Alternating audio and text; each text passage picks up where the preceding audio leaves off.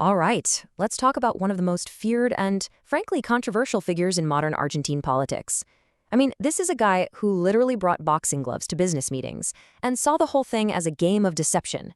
So today, we're going to unpack the memoir of Guillermo Moreno, In Defense of the Model, to really understand the story he tells as the Kirchner government's chief operator. Okay, so let's set the scene. It's 2003. Argentina is an absolute shadow of its former self. The 2001 economic collapse just completely shattered the country. You've got rampant poverty, unemployment is through the roof, and the nation is just desperate for a way out. This crisis, right here, is the stage for the next decade of Argentine politics. Now, according to Marino's book, the so-called experts couldn't even agree on what went wrong. The majority view, the one you heard everywhere, was pretty simple. The government just spent way too much money, a classic fiscal deficit problem. But there was this minority view, which included Marino, that said, no, you're all wrong. They argued the real issue was a chronic shortage of US dollars, the very thing needed to keep the economy afloat. And this one disagreement, it turned out to be absolutely monumental.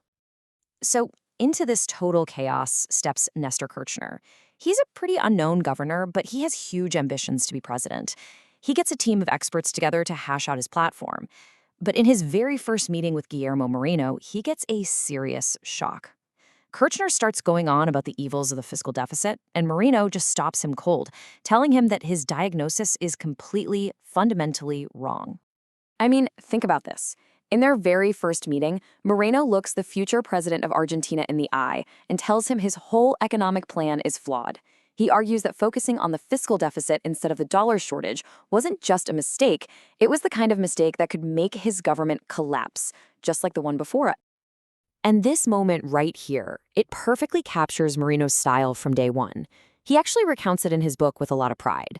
There's no trying to be polite, no sugarcoating. He just directly confronts the guy who's about to be the most powerful person in the country and tells him he's heading straight for a cliff. And just for some quick context, the policy that had everyone so fired up was the disastrous convertibility plan. See, for about a decade, Argentina had pegged its peso one-to-one with the US dollar. It was an attempt to create stability. But when the country literally ran out of dollars to back up its own money, the whole system just imploded. That was the wound that led to the 2001 crisis, the one everyone was trying to figure out how to heal. But here's the twist. Instead of kicking Moreno out of the room, Kirchner just listened. He didn't argue, he didn't get angry. Moreno writes that as he was leaving, one of Kirchner's aides quietly came over, asked for his contact info, and just jotted it down in a plain little notebook. Right there, an incredibly unlikely alliance was born. So, Kirchner wins the presidency, and boom, one of his first moves is to make Guillermo Moreno the Secretary of Communications. And this is where Moreno really starts to roll out what he calls his toolkit for taking on powerful corporate interests. And let's just say his tactics were, well, they were unorthodox. Let's dive into a perfect example from his book. The Spanish telecom giant Telefónica walks into his office. They've got a signed piece of paper from the last government approving a 10% price hike. They think it's just a formality, a simple rubber stamp meeting. Oh, they were so wrong. Moreno paints the picture in his memoir. One of the executives is all relaxed, leaning back with his feet up, showing off these shiny new shoes. Moreno just looks at him, pauses for effect, and says, "Those shoes you're wearing will be old before I sign that increase." The message couldn't have been clearer. That price hike is never, ever happening. This wasn't a negotiation. It was a shutdown. Okay, next target, the Postal Service, Correo Argentino. It was run by the incredibly powerful Macri family. And yes, that's the same family of the future president, Mauricio Macri. The company was way behind on its payments to the government, and Moreno was the guy sent in to fix it. So during one tense meeting, the Macri Group execs try to frame the negotiation like a game of poker. Slow, quiet, strategic. Moreno's response, as he tells it, was pure psychological warfare. He says, "In this secretariat, we aren't very skilled at poker. Our game is truco." Now, for anyone who doesn't know, truco is this classic Argentine card game that is all about bluffing, deception, and in-your-face intimidation. He was basically telling them, we don't play by your quiet, polite rules. We play a much rougher game. After all these successes in communications, President Kirchner gave Moreno a new, even bigger job. Inflation was starting to tick up, and it was threatening the whole economic recovery. So he promotes Moreno to Secretary of Commerce, which basically made him the country's chief inflation fighter, the guy in charge of the war on prices. And his mission, it was crystal clear. Moreno writes that Kirchner called him in and said, "I need inflation below 11%. Moreno immediately said, "Done." Kirchner then replied, "You agreed too fast. Let's make it 10%.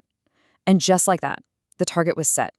The final inflation rate for 2006, by the way, was 9.8%. So how on earth did he pull that off? Well, his most powerful and most controversial tool was something called the supply law. This was a law from the 1970s, basically a relic from a time of much heavier government intervention. It gave the state these sweeping powers to set prices and punish companies. Most people had forgotten it even existed, but Moreno saw it as the ultimate weapon in his war on prices. His strategy with beef is the perfect example of how he operated. Beef in Argentina is a national obsession, and prices were going through the roof. Moreno's analysis was that high international demand for premium cuts was dragging the price of all cuts up with it. So he got surgical. He segmented the market. He let the fancy export quality cuts sell for whatever the world would pay, but he then used the supply law to regulate and set the prices for the 12 most popular cuts that everyday Argentines eat. And just like that, he shielded the local consumer from the chaos of global markets. But Moreno's biggest, most epic battle was still to come. In 2008, with Cristina Fernández de Kirchner now president, the government introduced something called Resolution 125. It was a new tax system for agricultural exports, and it ignited an absolute firestorm of protest. It paralyzed the country and pitted the government against what Moreno loves to call the establishment. And man, this conflict escalated fast. I mean, look at this timeline. The resolution comes out on March 11th. Just 2 days later, the country's powerful farming groups launch a national strike, blocking roads, cutting off food supplies to the cities. The whole standoff lasted for over 100 days. It all came down to this dramatic, nail-biting vote in the Senate, which the government lost. It was an absolutely devastating political defeat. But here's where it gets really interesting. Moreno's explanation for why they lost is what's truly revealing. In his book, he doesn't just blame the farmers or the media, no. He makes this explosive claim that the government was betrayed from the inside, and he points the finger directly at the chief of cabinet at the time, a guy named Alberto Fernández. Yes, the very same man who would later become president of Argentina himself. And to really hammer home this feeling of betrayal, Moreno uses this powerful quote from the singer Alfredo Zatarosa: "A traitor can do more than 1,000 brave men." So, in his telling of the story, the government's entire plan was completely crippled by sabotage from within, and that's what led directly to one of the biggest political losses of the entire Kirchner era. And all of this brings us right to the heart of Moreno's entire argument. I mean, the title of his book says it all: In Defense of the Model. For him, his time in government wasn't just about managing the economy. It was a constant, relentless war to defend a very specific national and popular economic project. So let's just boil down his core argument. First, he believes the state doesn't just have a right, but a duty to intervene aggressively in the economy. Second, he argues that traditional, orthodox methods are useless against powerful, entrenched interests. Third, this isn't a one-and-done thing. It's a constant, never-ending battle. And finally, and maybe this is the most important lesson for him after 2008, absolute, unquestioning internal loyalty is the only thing that lets you survive. When you really get down to it, Moreno's memoir isn't an apology. Not at all. It's a playbook.